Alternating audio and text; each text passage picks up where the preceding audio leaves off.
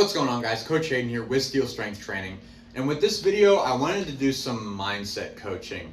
And it's about a subject that I've heard a lot over the years and just with working with lots of clients, which is that I can't train like I used to in my 20s or when I was in my physical prime. Just fill in the gap for whatever that means to you. I want you to think about this question, and we're going to break this down into a couple of different categories, and for a few different reasons as well. One of which, for me personally, just is I just turned 25, so I'm right in the middle of this time period here. But I've thought about, okay, I could think about training and just where I am in life physically, about this is my prime, I want to take advantage of it now, because after that, it's just all going to go downhill. I want to reject that idea 100%, and I hopefully want to convince you that you should do the same. And for these three reasons here. First, we're going to talk about training in general. As you get older, I want to argue that you should be striving to train more, not less.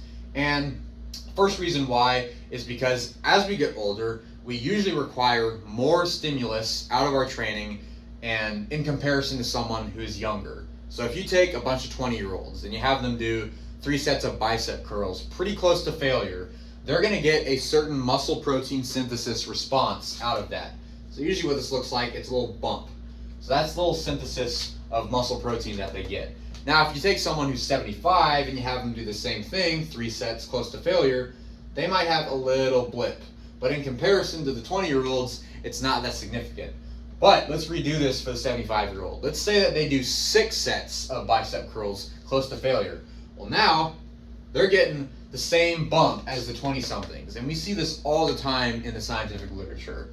But with training in particular, this will have lots of effects on how we view habits, which we'll talk about later towards the end. But let's move on to the next point, which is dietary in particular. And we want to think about more protein, not less. And when I say more protein, I don't mean indefinitely, like you have to always be trying to eat more protein or that you'll never get to a point where you're having enough of it. Definitely you can get here. But what I mean by this is that your protein consumption becomes more significant as you get older. And one of the major points about protein consumption in comparison or in relevance to age is that right around the age of 40, we see something called sarcopenia, which is age-related muscle loss, to where muscle is lost just as a product of you being that certain age. And we have to do things like increase protein consumption or resistance training to compensate and to combat that.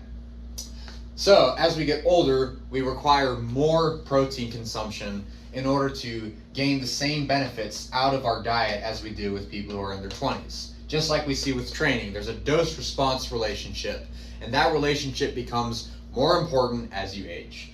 But now let's talk about the habit side of this. This all sounds grand, it sounds fine and dandy, but it's not all peaches and cream. It's a little more complicated than that. And I know, just being 25, there are a lot of life experiences that I have yet to go through. But what I've been thinking about a lot recently is the effects of our habits. And when people have this type of sentiment that they just can't do what they used to be able to do in their 20s, I think about the trajectory of someone's life. And normally it goes like this. I was going through high school, I graduated, and at that time I was doing lots of sports, I was lifting weights, I was active with my friends.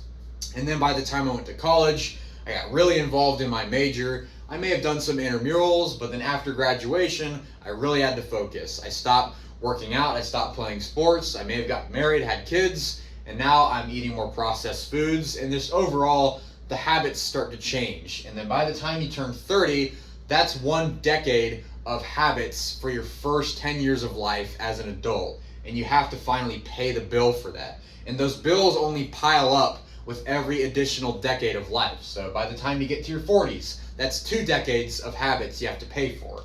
50s is 3 decades, and each set of 10 years you have to pay for more of the habits that you have ingrained into your life rhythm. So if we think about this on the flip side, what can we do about this? Well, if by the time you're in your 20s and you start to develop good habits, being training more and more often, trying to add a little bit more each time, trying to focus on your protein consumption and other things with diet, but if you do that for decades of your life, you'll be in a much better place than you would be in the alternate scenario. What if you're thinking to yourself, Hayden, I'm already in the place to where I have been in that scenario. I've had those bad habits that I have to think about now that I'm in my 40s or in my 50s. Well, I'm here to tell you that it's not too late. It's never too late. When we think about exercise, there is always a place for anyone to start. You can progress no matter if you're in your 50s and you never touched a weight in your life, or if you're 14 years old and you want to get started with weight training. There is benefit for everyone. There's enough to go around regardless of who you are. And I just want to encourage you that you are a product of your habits, but you can always start at any point. And everyone has their bad habits that they're trying to kick or trying to get better at. And no matter where you are, you can do it, and there is a place for everyone when it comes to strength training. So when you have this thought in your head or when you hear other people talk about it, don't buy into it. There might be some things that you may not be able to do just as well as you did when you were younger, but that might just come from changing your goals as you age and knowing that there is tons of benefit with training long term. Do not underestimate the effects of training for decades on end. The amount of muscle mass and strength and just overall health that you can promote in yourself is astronomical. So don't underestimate it. Catch you guys next time.